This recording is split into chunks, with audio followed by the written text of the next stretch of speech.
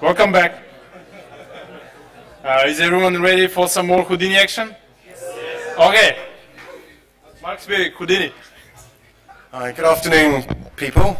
My name's Mark Spevick. I've come to talk to you today about proceduralism, particularly with respect to Houdini. As you see from my funny slide, out of Maya into the frying pan, or Houdini. I'll tell you a little bit about myself. I've worked over 12 years in production in London visual effects industry on lots of wonderful movies with some of the big companies in London. And sort of the last 5-6 years, I've been working with a company in London called Escape Studios.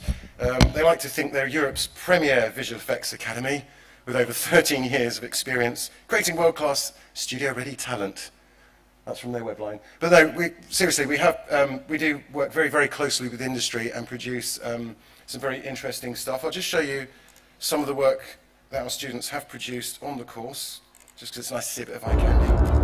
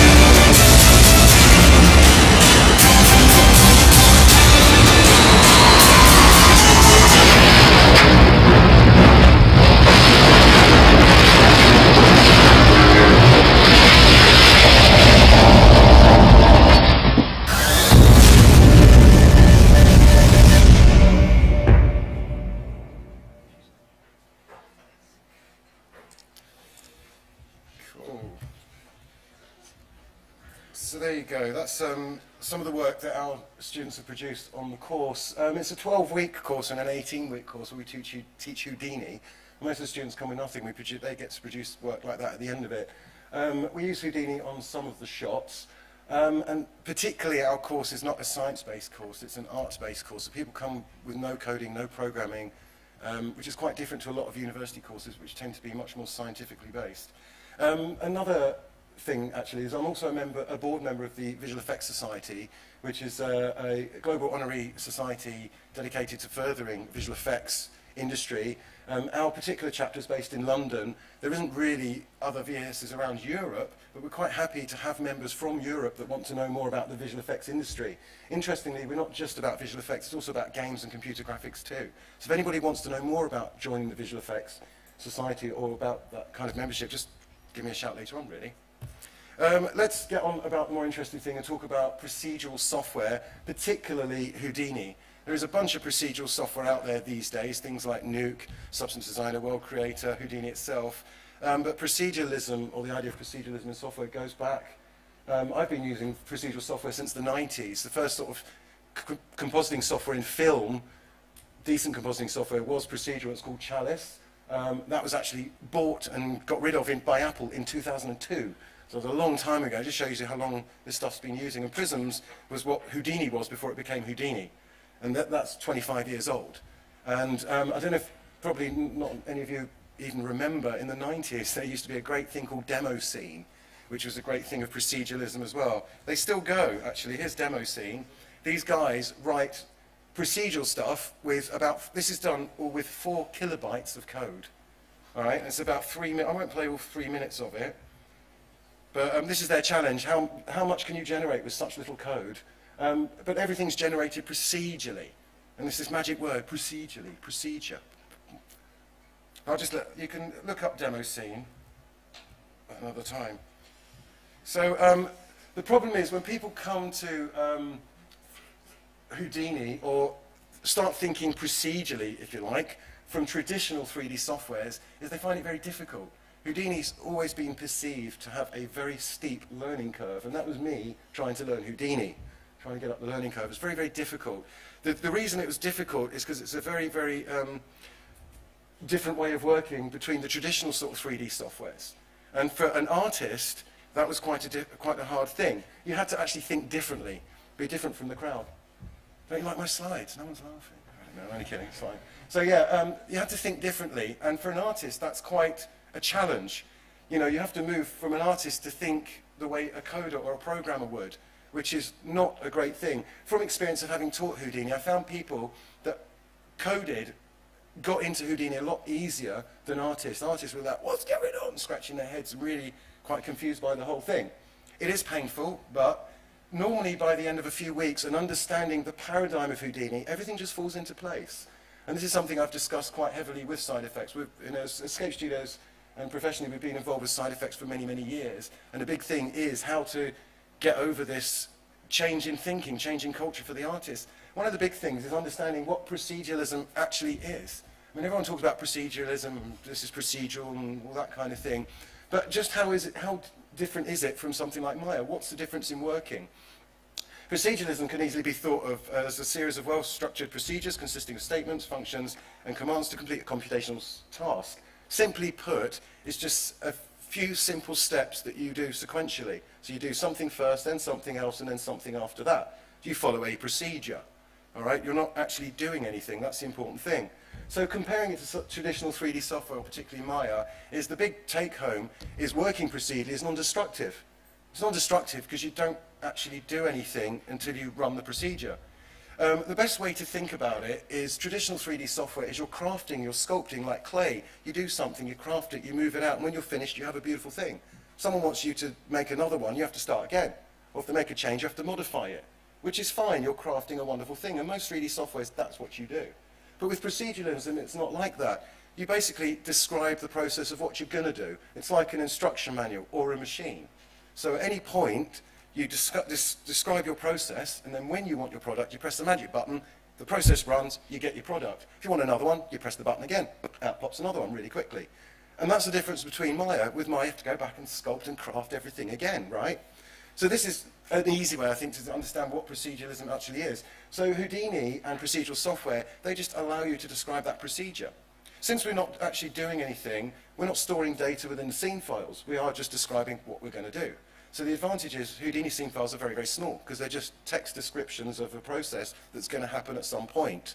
Unlike Maya or a traditional 3D software, which keeps that geometry, adds to it, and you can end up with really massive file sizes. On a high-end production, that's a nightmare moving around a system. You know, imagine in Inception where they built huge cityscapes, or X-Men where they recreated New York. You can't have scene files moving around a network with all that geometry in. There's clever tricks around it, but actually a procedural description of what you're going to do at render time is easy to go across the network, and then the machines can work that out at the time. So, you know, it's non-destructive in the way that you work. It's very, very scalable to the amount of data and stuff you can process and generate. And it's not irreversible. You know, again, because you're not actually doing it until you press the button, you've not made irreversible changes. It's completely non-destructive. In things like Maya and other 3D softwares, you need history. You need to undo what you just did. In Houdini, since you never did it in the first place, you don't need to undo. You just need to change what you're going to do when you decide to do it, right? So it's incredibly flexible like that. You still can get yourself into trouble, but it's a different way of thinking about how to do it. The other thing as well is in a procedural description, your procedures, you can change the order of them. And that will obviously change the behavior of it, and you can do that very, very flexibly. And people probably say, well, Maya has nodes. Yes, Maya does have nodes, but they're not, well, it's not a procedural graph, and it's cyclic. And if you do try and reorder Maya's nodes or take nodes out, the whole system falls apart because it's not a truly procedural thing, and it is crafting and sculpting something else. So nodes doesn't mean proceduralism. You know, it's what you're doing is the proceduralism. If you're changing stuff as you go, that's not procedural. You know, if you're describing what you're going to do and then you press the magic button, then that's pretty much procedural. And I think understanding that coming from an artistic tool like ZBrush or Mudbox, you know, it helps clarify the differences between them. You know, you're basically building a machine. That's what you are doing in Houdini. You're building a machine, and when you press that button, it's going to process and give you what you want. You can always tinker with the machine. You'll get something slightly different. But it's very flexible. You only need to change a few nuts and bolts to get something completely different. Unlike crafting, where you've got to start again and spend all those hours. Inside Houdini, actually, you can make what's called digital assets. These are like Houdini's machines, if you like. They're standalone little programs that have much more complicated things that Houdini may do. And you can, basically, they're a network of the nodes in Houdini. And you can, in the simplest case, they'll just simplify the network down and give the artist whichever parameters they need to do in a much more complicated thing. Or in a much more complicated case, these little Houdini assets can actually be fully fledged programs that will run in other softwares, things like Unity, things like Unreal, things like Maya. So the advantage is you can do whatever you like in Houdini, and then in Engine it will run wherever else, which gives you basically the power of making a little machine that will work and give you that procedural behavior in anything that you like. So big thing for the games at the minute is people are making Engine plugins, you know, for level generation in Unity. We are too. And you know, in the movies, we've been using obviously procedural generation to create those huge cityscapes without having an artist having to go in there and craft everything, which obviously saves a lot of time and money. So let's dive into Houdini. I do have to go a little quick because I've got to finish a little early, but that's fine. We will have time for a few questions at the end, but I do want to sort of get into Houdini and sort of try and demystify some of the major differences and ways to think about it that we and SideFX often think that if you understand those basic paradigms, the tutorials and all the other stuff starts to make a lot more sense. You know, if you think like Maya into Houdini or 3D Max into Houdini, you'll get confused. But if you start to understand what Houdini does, then everything else kind of falls into place. So let's talk about that. So everything in Houdini is done with a node. Nodes are important. Nodes can be thought of as those procedures. We talk about procedure after procedure running through. So inside Houdini, the nodes, if you like, are a mini procedure, or basically a little computer program that does something specific. The way you plug those together is the order of operation, the things that you're going to do, and you can build up a much more complex behavior. And it's all about the data. Houdini just cares about data and points, and the data flows through the node graph, each node affecting that data, and then it just passes that geometry with the new data to the next node blindly, and then it processes what it needs to, and it just works its way through the graph.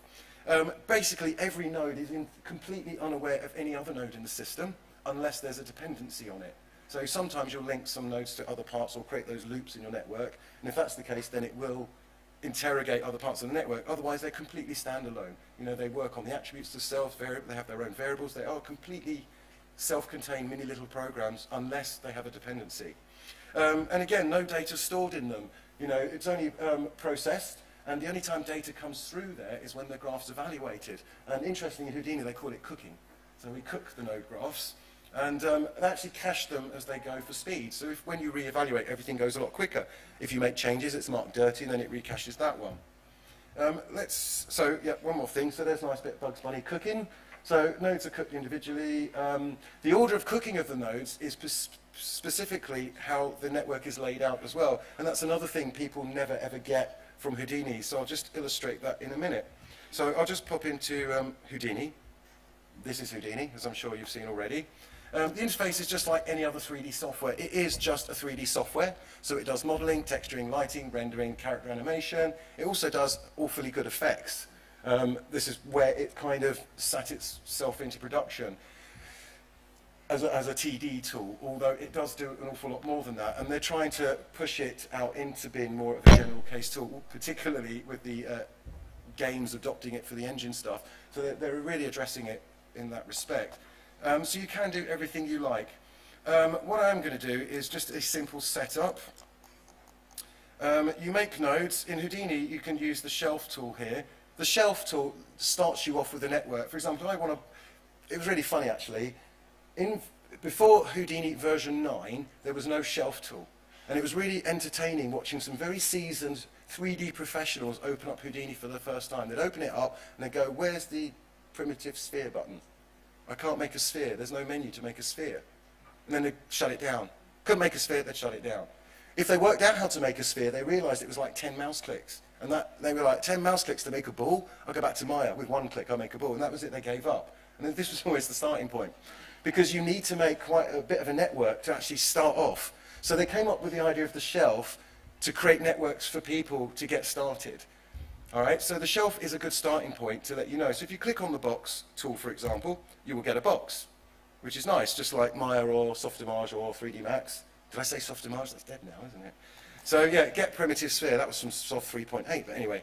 So we have our box. Like with other 3D softwares, we have a transform node to move it around in the scene, and then we have another node to describe the geometry In Houdini, they're kind of inside the node. So if I dive inside this box node by a double click or hit enter, I see this new node that describes a box. And that's all this node does, it describes a box. Very simple. So let's build a network to actually do something. So I'm going to hit tab and type copy. There's a really nice node called the copy node in Houdini, or the copy stop. We'll come back to what those are in a minute. And the copy node will copy the box. It will either, let's just offset the copies.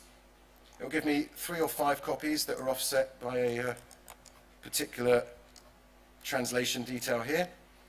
Or not. Or the more interesting way that we tend to use the copy stop in Houdini is we tend to feed it a template on the right here. And that's the other thing with the nodes in Houdini. If you want to know what inputs are, you can middle click on them, and it tells you what inputs they might expect. I'm actually going to go into the top view and draw a curve.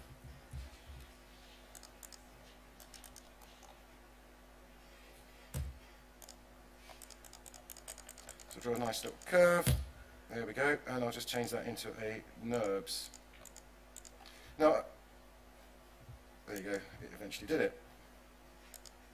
So I did say Houdini doesn't really generate anything, it describes a procedure, but that's not strictly true. Obviously some nodes need to generate some geometry, you know, primitive nodes for example, but there isn't, because it's a primitive, there's no obviously geometric data there, it's just run from an algorithm, so it's still very, very efficient. You know, there isn't really any geometry in Houdini at all. Most things tend to be primitives if you can generate anything. But obviously you can generate stuff in Houdini as opposed to working on stuff you bring in. But the important technique for the copy node is the fact that we can copy stuff to every point in this sort of procedural way. So now I've got a simple graph, I can actually start to explain how the node evaluation works. When you're learning Houdini, the default interface is this build interface. It's actually very difficult to learn from, and it really doesn't help you understand what's happening under the hood.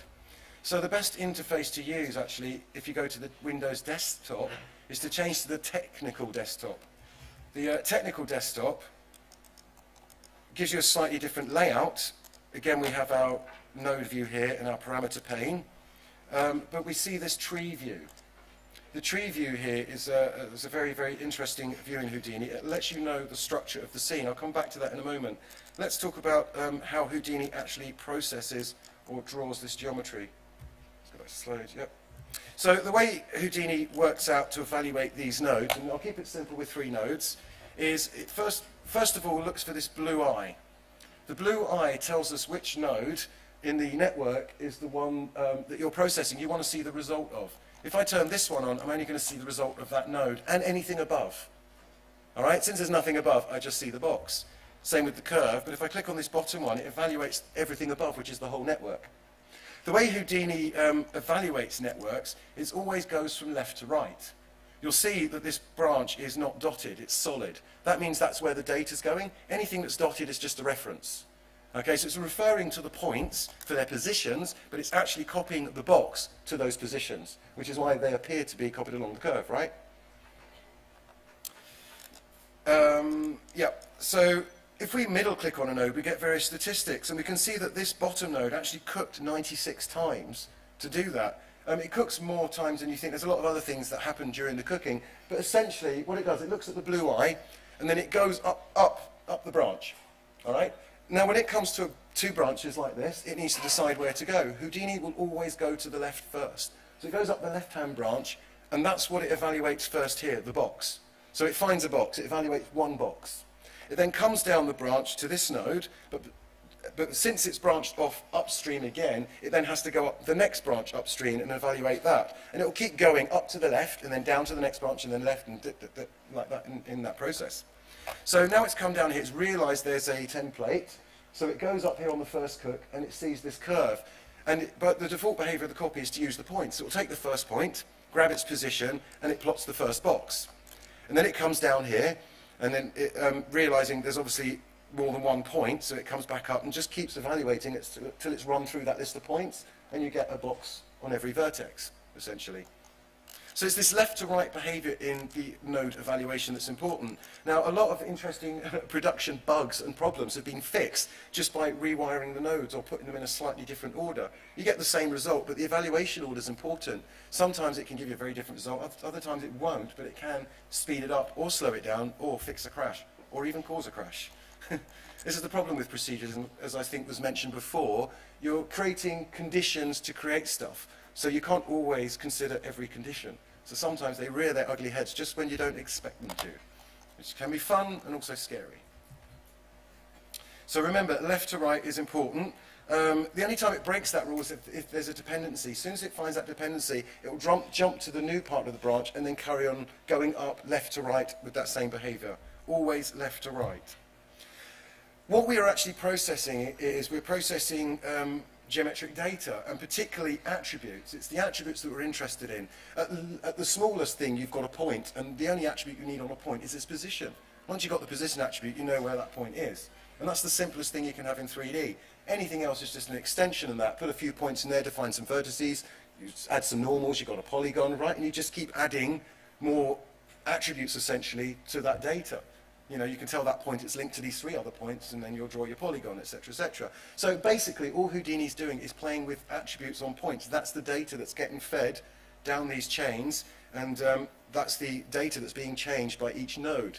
Each node also has these parameters, as we've seen here, these things. So all these parameters do is they change the way the node behaves, and therefore ultimately change the attributes on the points. In fact, here I could look at the point data for this box. If I middle click on the box, there's 8 points, and we can see all 8 points here, and it's only got one attribute, the position. If I want to add a normal, let's use a facet node and just create a normal. Suddenly I've added another attribute called normal, and so on and so forth. So really, you don't actually need the nodes, you just need to know what attributes you want. You can add them and do the maths to change those values, because essentially that's all Houdini's doing. The nodes make it simpler for an artist to do that, whereas people with coding tend to not bother with the nodes. They'll just write the code to change those numbers. All right, but you find that level that's comfortable for you, basically. But all it's doing is changing numbers, adding an attribute, changing some more numbers. So how do you get to this data? Let's go next slide. So it's all about these attributes. Now there's one important point to remember with attributes, particularly in Houdini, is they have different geometry types. In Houdini we talk about points, which are just the dots in space with a position. When it comes to making a piece of geometry, the point has to refer itself to a vertex, because polygons have the vertices at the corners, but as you know, one point could actually define multiple vertices. You know, say you've got 4 polygons either side, that one point has 4 vertices, one for each of those new polys, isn't it? In Maya, or another 3D software, you don't really think of it that way. You just say the points are merged or they're detached, right?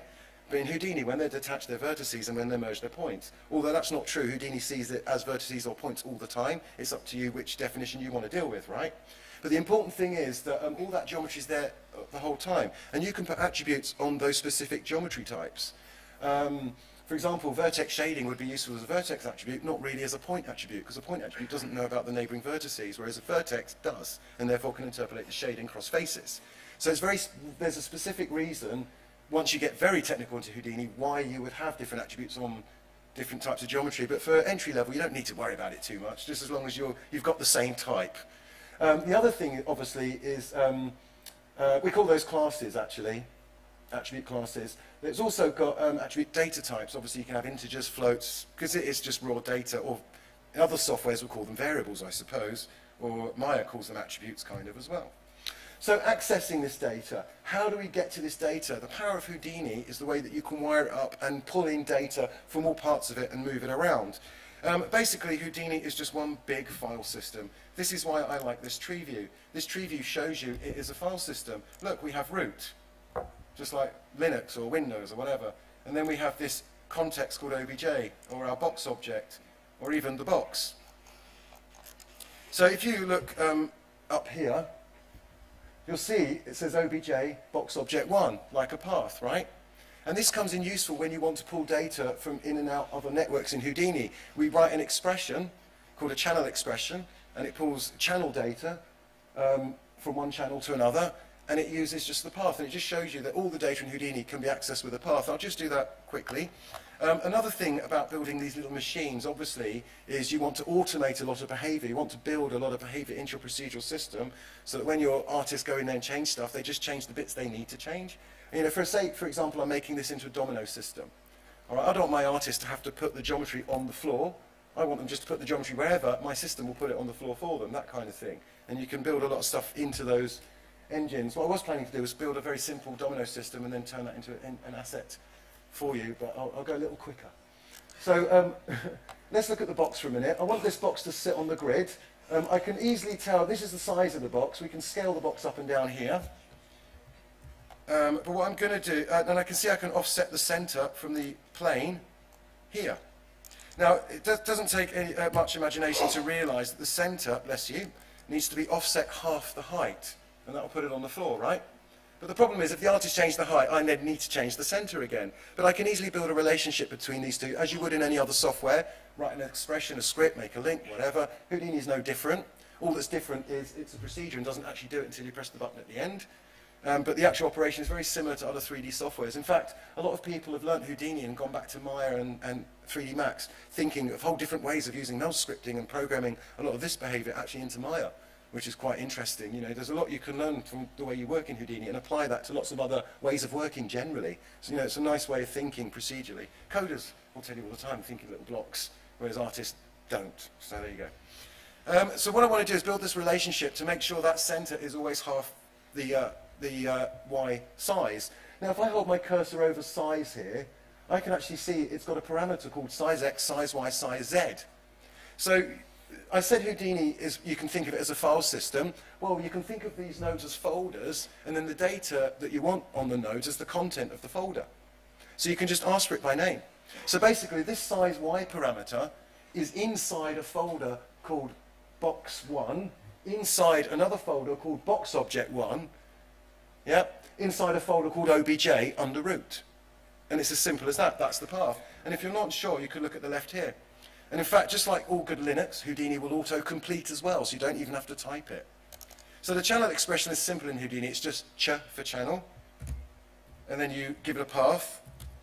And it's a little smaller text, so you have to get your binoculars or squint, guys at the back. But simply you can put the path in there. So root, obj, slash, and look, Houdini even auto-completes.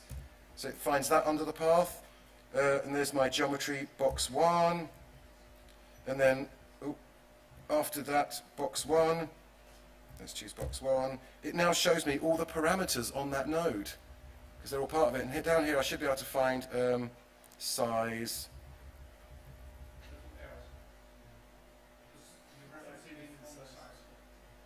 Oh, I'm doing it from the size. I should be doing this from the center, shouldn't I? Yeah, you can't do it from the same thing. Good spotting. Right, let's, I did it in the wrong channel. So there we go. Let's put that back to 1.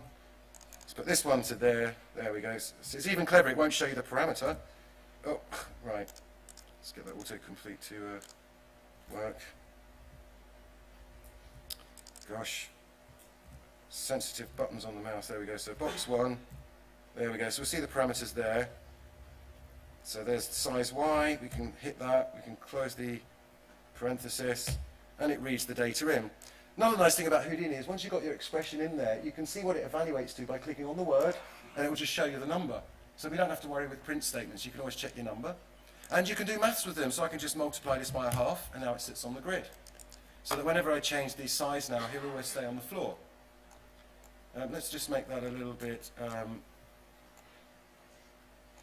thinner in Z, so we have a bit more of a domino-looking shape. Now, there becomes another issue when we copy it to the curve. It's not exactly standing up. It's not exactly standing up. There's a very good reason for that, actually. Let's go back to the curve. Oh, yeah. The other thing is I don't have many dots. Because I'm using a NURBS curve, let me just template those guys. Because I'm using a NURBS curve, obviously we've got an interpolated curve not actually sitting on the points. If you're building this as a proper system, like railroad tracks or a line fence, you want them to be where the dots are, right? So I'm just simply going to convert it to a polygon using a resample node, and the advantage of that is I get very good control over the numbers. If I turn off maximum segment length and turn on segments, here I can specify 12 segments, which will give me 11 dominoes. So I can be very specific about the number of dominoes here. Let's look at the resample. And you can see they're evenly spaced. So this is great for making those kind of tracks and assets and all of that kind of thing. but they're still not following the curve. Well, this is where we come back to the attribute thing again. I'm going to create another node that will calculate the tangents of the curve for me, or I could write the maths if I wanted to in a script, but there are often nodes. That's the thing about Houdini, because you can script it, people often find the hard way of doing things. 99% of the time, there is a node that will actually do it for you, so it's worth spending the time looking for it. They're also optimized. So you do tend to find yourself doing things a little too tricky sometimes. But there is a really great node called the polyframe node. There it is. And the polyframe node here, as you can see, will calculate the normal and also the tangent. So obviously curves don't have a normal, but if I display them, you'll see by default they face downwards. Let's turn off that guy. Can we display them? Probably not. Sometimes the sometimes the GPU shows up the normals and sometimes it doesn't. That's not in this case. If I middle click, there's an N attribute. And if I select this node, you'll see we have position, we have normal, and we have the tangents, right? But it's still not working because of this copy node. This copy node actually uses the normals to orientate the geometry. All right? But the problem is the normal information is the normals. Now, there is no normal to a curve because there's no face to work it out from. In Houdini, the default is 1 up in the Y. All right? So if there's no normal, it'll just assume it's 1 up in Y position. So that's where what the normal is at the minute, is up in the Y. And if you can use your imagination, that's actually the Z-axis of the domino. All right? The idea is that you can then have the normal follow the tangents and then the thing will stand up. That's the default behavior of Houdini, particularly in the copy node, because it's used for this a lot, to copy things to points and use the normals to orientate them. So how can I get the tangent information into the normal? Well, like I said before, Houdini doesn't actually care. It just uses the attributes and then the value in there. All right? So what I'm going to do is not calculate the normal, and I'm just going to tell Houdini this tangent is called normal. So all I've done is, this node is still calculating the tangent data, it's just that I've renamed the attribute to normal instead of tangent. I could call it Peter. All right? Peter wouldn't work, obviously, because the copy node is looking for an attribute called N. All right? Not Peter. But if we wrote our own node, we could refer to it. It doesn't matter. The point is the name doesn't matter. All right? Some nodes expect names of a certain type. So in this case, it's expecting an N attribute, a normal, but I just populated it with the tangent data. And as you can see, my little domino is now following the curve. The advantage, obviously, is I can go back to that NURBS curve and just change that, and obviously everything's just going to stay working. And this is kind of the basis of a tool. You know, your artist can bring in a box, they could bring in a curve, and then your tool does all the magic stuff underneath. So they don't really care. They can swap out, you know, whatever fence pieces or railway track pieces, whatever, who cares, and draw whatever random curves they want. And then your system will do the rest. That being said, we've been working in one of Houdini's many, many contexts. Houdini's also got a very strange language, bizarrely enough. It has context. Each context has its own suite of nodes specific to that context. Although we can share data between the contexts using expressions, and we can also import geometry from various contexts. It keeps it that way to keep things, believe it or not, simple. It sounds complicated, but it's actually very, very simple. The different contexts we have are things like SOPs, DOPs, POPs, VOPs, CHOPs, ROPs, SOPs, and COPs. And if you don't learn that, you'll look at the forums, you won't understand what the hell they're talking about, because they'll say, please use the, that VOP SOP, yeah, or use the SOP solver in DOPs, all right? And you'll be like, what are they saying? All right, so you've got to get a bit used to it. It's very simple. The OPS is operators. All right, so SOPs is surface operators, DOPs is dynamic operators, POPs is particle operators, CHOPs are channel operators, ROPs are render operators. I've got SOPs twice there. Did anybody notice that? So yeah, COPs are compositing operators. It does compositing too. It'll even make T if you program it, Houdini. So generally, though, we are dealing with geometry, and that is the surfaces. So we generally spend most of our time in the surface context, the surface operators. But if you're doing funky stuff like music, you'll spend your time in CHOPs, interestingly. But if you're dealing with geometry and that kind of data, you'll spend it in SOPs. And if you're dealing with signal processing, you'll spend your time in CHOPs. All right, so Houdini has specific contexts with specific jobs. Most of the time, because we deal with geometry, we will be in SOPs. So Houdini appreciates that, and you generally work in SOPs, you'll play with the attributes in SOPs, and when you send those geometry to other contexts, those other contexts will read those attributes and use those attributes to override their own parameters. So the idea is that you design everything in SOPs, and then you send it off to DOPS. So for example, if you want a brick wall where every brick has a different weight, you wouldn't manage that with clever scripting in DOPS. You would actually set up all the attributes and SOPs first, and then they would override the stuff in DOPS. All right, so this is the way that they tend to be pushing the workflow these days. It never used to be like that. You used to have to set up stuff in DOPS. But SideFX have realized it's a little complicated, and they're trying to simplify everything. So the idea is you do everything attribute-wise in SOPs, and you pass it off to the other contexts, and that will override whatever happens in those contexts. So that's another big thing to sort of understand about how it should be done. Just do everything in SOPs. It's a lot simpler. Cool. There is one other context, though. One context to rule them all. This is Houdini's own scripting language called Vex. Vex is multi-threaded and very, very powerful, and it lives in every context in Houdini. You can use Vex in all of the contexts.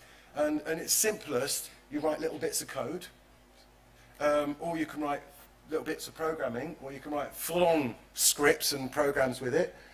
And it's also got a visual programming interface called VOPs, which are Vex operators. So you don't have to write the code, you can do it with nodes instead. So again, it depends on how artistic or how programming you are, or wherever you want to go in the middle. We often find artists will end up programming more because this just leads you into it. And we find coders don't want to be artists because they just want to write the code. They can't be bothered with the nodes. They get in the way. But it depends, you know, what you want to do. I'll just show you a little bit of Vex quickly, and then I'll wrap up with some questions because I'm aware of time sensitivity. But again, showing you how the attributes can drive everything. Say we want to do an interesting thing here. What I'm going to do is very quickly do this with a wrangle. Let's do it with a VOP SOP first. So if I make a VOP SOP, here you go. It just looks like any other node. And the class is, I'm going to run over the points. Because I'm using the normals, and the normals are on the points, and I'm copying to the points, it makes sense to create these attributes on the points, because the copy node only looks at the points. So if I was to make a primitive attribute, the copy node doesn't look at that and wouldn't see it. All right. Again, this is an internal thing of Houdini to keep things very clean, and it allows, bless you, each node to not know about each other, but still handle all the transformations of the geometry, everything else perfectly. So they keep the classes very, very rigid. So all you need to know is that that node works on a particular class, and therefore it will only find those attributes of that particular class. So if we dive inside this node, you'll suddenly see more nodes, because we're actually programming in Vex, but we're using nodes. So this is the easiest, well, depends which way you look at it, could be easy. So what I want to do is I want to color this, or basically, I've got point numbers, 0 to however many points, and I know the total number of points. That will give me a normalized ratio across the length of the curve, basically. So if we have a look, there's various variables that obviously Houdini knows. It knows the total number of points here, and it knows the current point it's processing. Remember, this does it one point at a time. That's why you get those multiple cooks, right? And it'll go up to the left and down and up to the left, always that way. So what I'd like to do is add a, oh gosh, let's add a divide chop, because we can do our maths, and I want to divide the current point number, pt num, by num pt. What's really nice about it, if you can't remember the Vex or the variables in Vex, just dive into one of these nodes. Those are the variables, because this is essentially Vex. So I never remember anything, I just look inside here to remember what variables I've got. So this is now dividing one by the other, and we can output this as a new attribute. If I add a bind node, oh actually, they've added a new one, a bind export, which makes it easier. So I can't type on a bind export, there we go. So what this will do, this will take a parameter. Now my divide is, that's saying that's an int. Ah, there's a problem. Yeah, that's the other thing about Houdini. Houdini, like with other coding, if you don't define your variable, most coding will then guess it for you, which is not a good thing. Here, my point number and my total number of points are integers. So this divide is keeping it as an integer. It's not automatically casting it to a float, which other languages will do and can cause issues. Houdini just doesn't do it. So it's still going to cause me an issue because I've lost some decimal places, right? So what I need to do actually is convert an integer to a float. So there's simply an integer to float node, and I can do that twice. Let's create another one, pop that in. And now you'll see that this has become a float. The reason I knew that is because these little things are different colours. If it's blue, it's an integer. If it's green, it's a float. Can you see the little colours there? So it can tell you very quickly what data type you're dealing with by the color. Now I've got floats, let's plug that into the bind, and you'll see I have this new attribute called parm, and there's my normalized number. So we can see that 0.22 has a value near 1, and 0.0 has a value near at 0.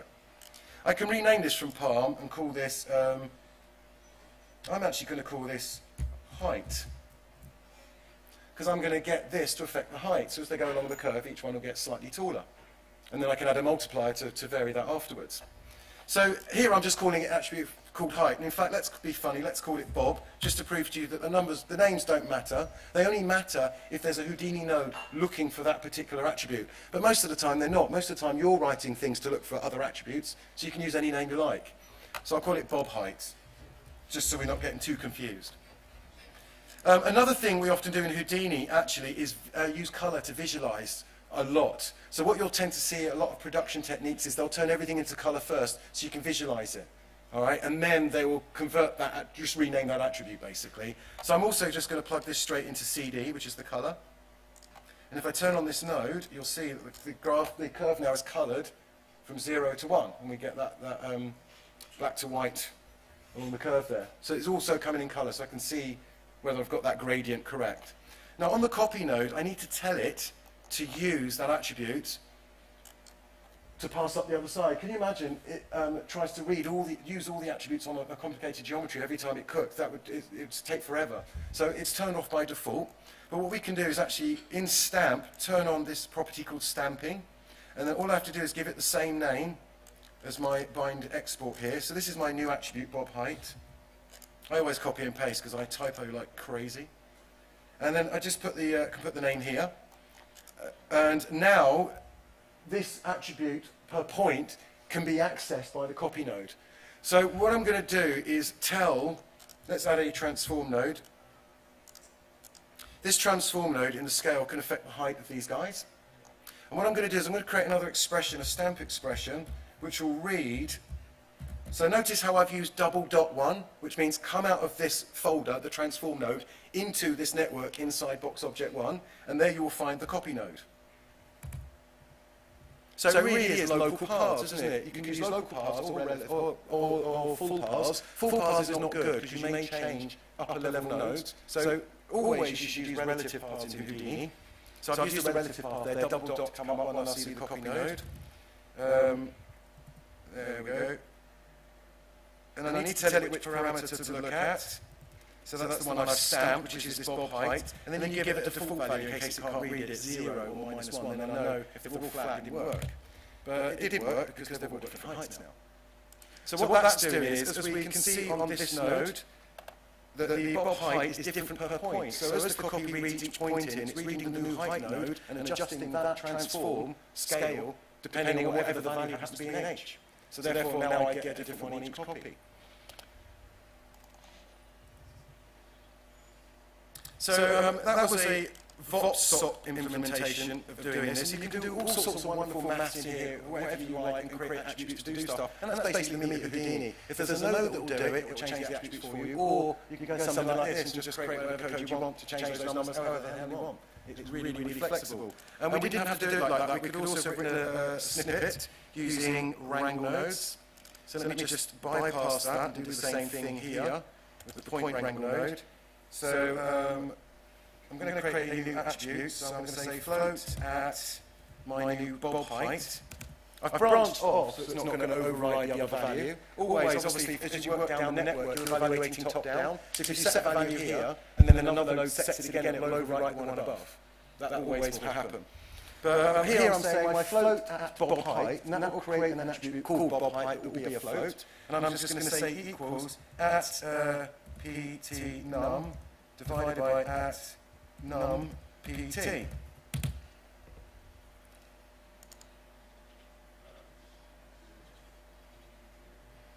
Oh, it's gone to the integer again, so yeah, I need to convert those again, don't I? That's really annoying. So let's do that again, so let's go f at point no equals, that's all right, I typed it wrong, I'm just going to copy paste pt num, so that's that one, so yeah, that should be point no, and then so point no, and then this will be num pt, and that'll be. It's hard for you to see. It's hard for me to type. It's so fiddly.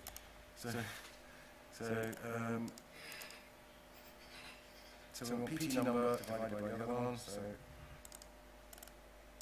paste that one in. Copy paste.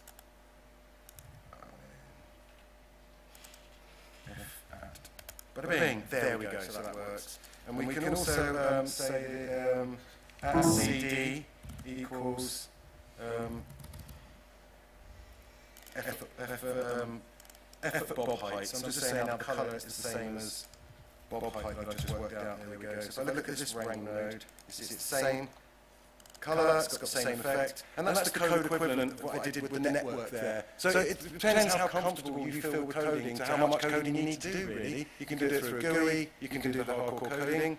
Interestingly, if I right-click on this node here, I can actually view the Vex code, and this is the code that interface generates. Here, forget all that stuff. I think I wrote it more simply, don't you? But essentially it's doing the same thing. Excellent. So that context lives in all the other contexts, and that just gives you that whole level of power again. So basically, if the node doesn't do it, you can open up any of those wrangle nodes and just write the code, and it will do it for you. This is what makes Houdini so flexible in production, and it's not that difficult to get into. So all Houdini does is create nodes, then create some attributes, make some connections between nodes, pass the data through, change some attributes, and then we can break some connections, delete nodes, and delete some attributes. And that's all it does. It doesn't actually do anything else. It's all confusing, really. There's no like clever tools or anything else. You're just interested in those numbers and what they do and ways to manipulate those. So that's all it's about, the attributes. It stores and changes the attributes, we control them. Generally, we start and end in stops, and you want to manipulate those attributes and stops if you can. If you want to learn further, obviously you can investigate the networks. That's the best way to learn. I find looking at other people's networks will teach you everything. You know, Houdini itself is essentially simple, like the idea of coding is simple. Coding won't teach you how to do stuff. You need to know the science of what you want to apply the coding to do anything clever. You know, you need to understand 3D quite deeply to get the most out of Houdini, and particularly look at other people's networks to find out techniques that they use. That particular copy technique I've shown you is one of the stalwarts of Houdini. In fact, nearly everything I've done in production uses that copy sop in some way, form or another. All right, and that particularly copying to points of attributes, that's one of the major things that most people tend to do most of the time. So you tend to find the same techniques time and time again. Great resources, SideFX.com's their own forum, or also this other one called oddforce.net. If you get into Houdini, you need to know oddforce.net. It's unofficially more official than their own forum. Isn't that right, Mr. Lowell at the back? It's absolutely right. In fact, if you post in both forums, you get told off by SideFX employees that tell you they read both forums and don't want to see a double post, even though it's not supported by SideFX at all. But it's been there since year dot, and unlike any other forum I've ever come across, if you ask them a problem, they take it as a complete challenge. There's a big ethos. The chief product specialist, Jeff Wagner at SideFX, totally agrees with me on this. When people say, can you do that in Maya, can you do that in Max? And the answer is often no, hasn't got button or whatever. When you say, could you do that in Houdini, we laugh. The question is not whether you can do it in Houdini, whether Houdini can do it. The question is whether you can do it in Houdini. Houdini will do anything, whether you code it or whatever else. You just need to be clever enough to find a way to do it. You know, I've never hit a brick wall in that software. My brick wall is my own intelligence. I always hit a limit what I know to do. And that's quite a wonderful thing. So learning is about style and technique. You know, you can do it in Houdini, you just need to find out. The nice thing about Oddforce, though, if you say to them, can you do this, and you phrase it, can you do this, they take that as a red rag to a bull. 9 times out of 10, you get 20 guys coming back with example scenes for you. And they love it. In fact, a lot of the tools in Houdini now were developed on that forum, particularly the Make Breakable tool, Jonah, you know, people, bits and pieces. So yeah, it's really cool. Read Oddforce, you will learn so much more about how to use Houdini. Hopefully, I've demystified a little bit on what Houdini is about, how it's actually different to other 3D softwares, I hope. If you have any questions, I'll probably have a minute or two before I get thrown off. Any questions?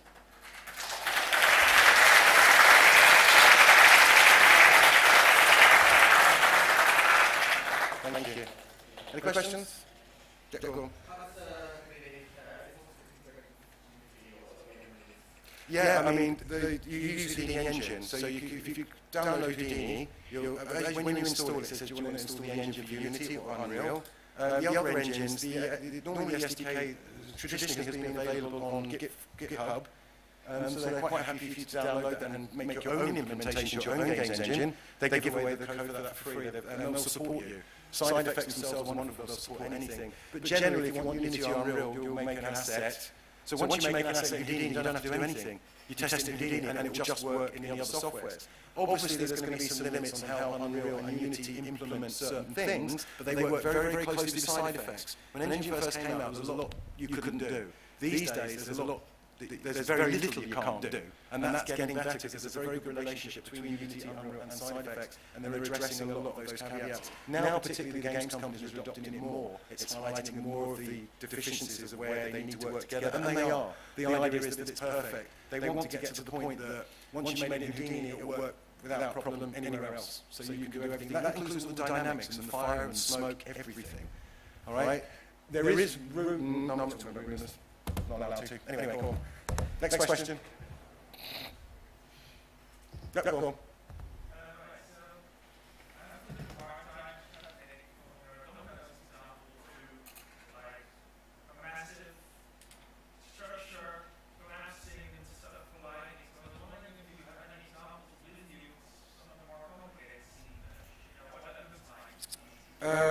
Yeah, I might do actually.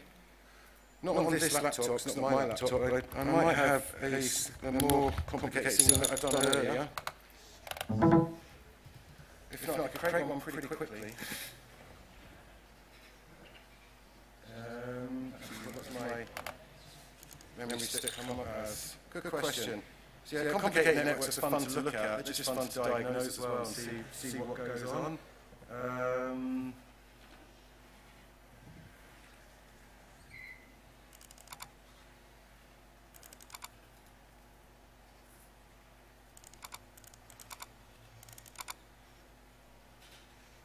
So yeah, this will probably be dominoes again, but a bit more complicated.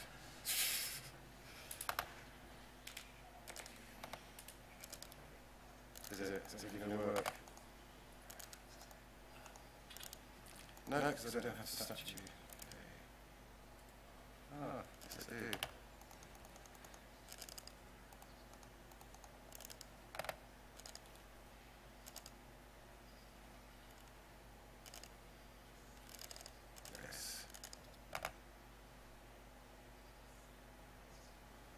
So here's again oh, is it dynamic? No, that's not right. Let's see if I can find a more complicated scene for you.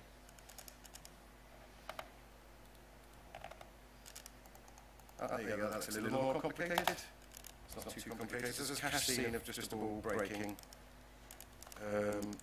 dynamically. So yeah, and this also will show you the context quite nicely. Let's just zip that big.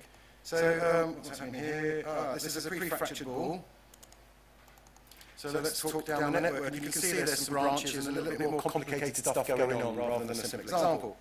So as always, what I like to do is start at the top, or I'll look at the left-hand side here, at the tree view. Now, most good Houdini ops, I don't know, it's a matter of style, isn't it? Like when you're coding, you can forget all the white space, you can forget comments, right? But it's horrible for someone else to read. Style, when you're coding, is a good thing, especially when you come back to your own work 3 months later. You don't get that WTF moment. What have I done? You know what's going on, especially notes and white space. Same with Houdini. There are some very good working practices. I haven't done it here. I'll do it now. There we go. I like to colour my nodes. So all my nodes that generate geometry or bring geometry in will always be green. All my nodes at the end of the network will be red. So anyone that comes to one of my networks knows exactly where it starts and ends. All right, and I have other colour codings for stuff. Yep, so it's important that the match of style and the layout. So yeah, let's have a look what's going on. Oh yeah, the other thing is, you'll tend to find that people at the end networks in Houdini will also give them uppercase letters. The reason they give them uppercase letters is they appear at the top of the tree view by default. So anything with uppercase will always go to the top of the tree view. So the reason we put our output nodes with uppercase is that they're easy to find in tree view. And you can drag and drop from there as well. So in a more complicated network, for example, we've got our sphere, and you'll see it branches off. So if we start with the Voronoi here, remember left to right, so the left one is geometry. So it's actually working on that sphere. But it's using the right-hand geometry to do something. All right, so we're using this, but this is not the geometry we're into. So this first node turns that sphere into a volume, and then you'll see the dotted line because it's a reference. We're losing the volume, but we're populating the volume with points. Those points are feeding my Voronoi cells in 3D. We like Voronoi. Okay, I've added a rest position here, because obviously when things move, all your text streams based around P, here, P, but obviously as something translates, that P is going to change in world space, right? So what we do is we freeze an instance of P, which we call rest position. So we refer our texture and UV to that, a static version of P. All right, and you can choose whichever, if you start frame for that, that's all rest is doing. This is my texture don't slide when it animates. You'll notice it branches again. Now, when we, so it goes down this side. Here I'm setting up packed primitives because I'm not actually dealing with the geometry. If you look here, I've got 8,000 points to find the sphere. Here, there's only 300 points. That's because there's 300 pieces. Houdini gets a little bit more efficient when it comes to dynamics. We don't actually simulate the geometry as such. We use packed primitives, which I'm not even going to go into. They're very memory efficient and hugely scalable.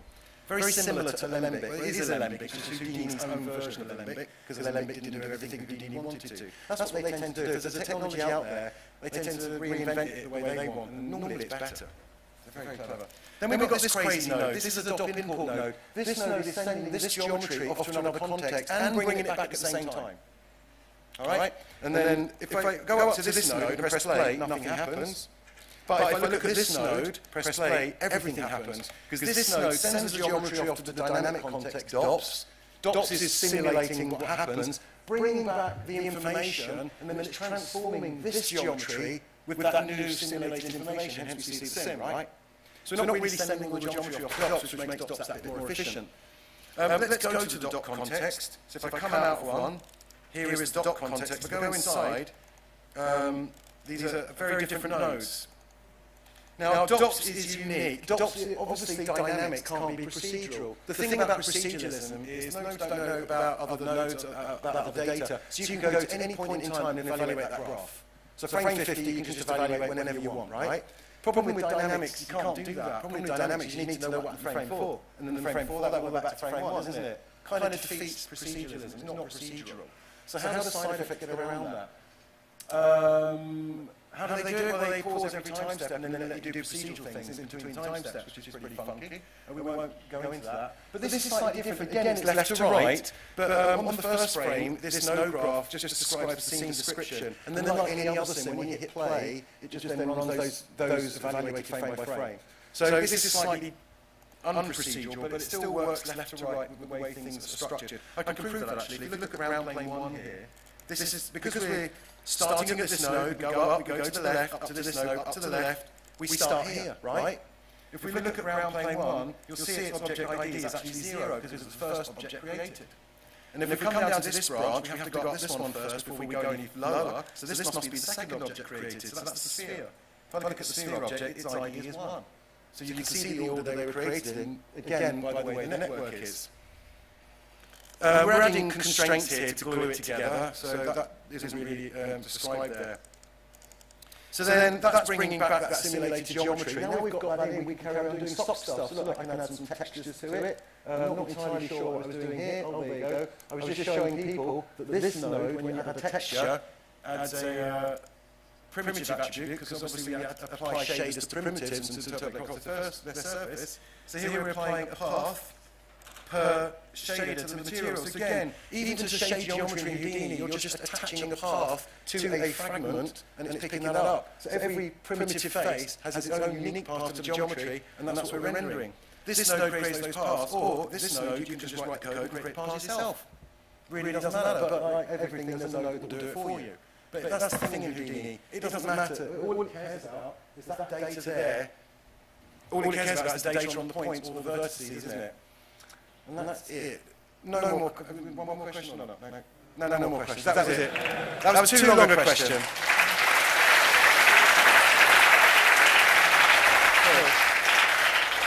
Cheers, guys. So if you want any more questions or you want to know any more about BUas, just come and grab me. All right? Cool. Cheers.